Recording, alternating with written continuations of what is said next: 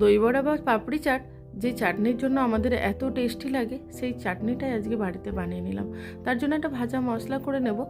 গোটা ধনে নিলাম 2 চামচ, 1 চামচ গোটা জিরে, হাফ চামচ মৌরি আর হাফ চামচ গোলমরিচ আর কয়েকটা শুকনো লঙ্কা।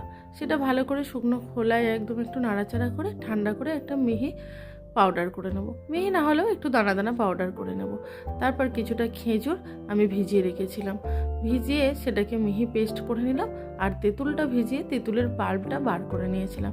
এবার কড়াইয়ে কিছুটা সর্ষের তেল দিয়ে তার মধ্যে কিছুটা গ্রেট করা আদা একটু ভাজা ভাজা করে নেব।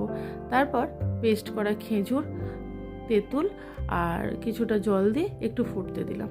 1 চামচ কাশ্মীরি লঙ্কা দিয়ে দিলাম একটু রঙের জন্য। তারপর নুন, বিট নুন আর দিয়ে খুব ভালোভাবে ফোটাবো। এবার গুড় দিয়ে দিলাম কিছুটা পরিমাণ মতো। এটা যেমন মিষ্টি চাটনি, তাই একটু মিষ্টির ভাগটা বেশি হলেই ভালো লাগবে। তারপর বিট নুনটা ঠিক নামানোর আগে দিয়ে দিতে হবে। আর দিয়ে দিলাম ভাজা মশলা। তাহলেই রেডি।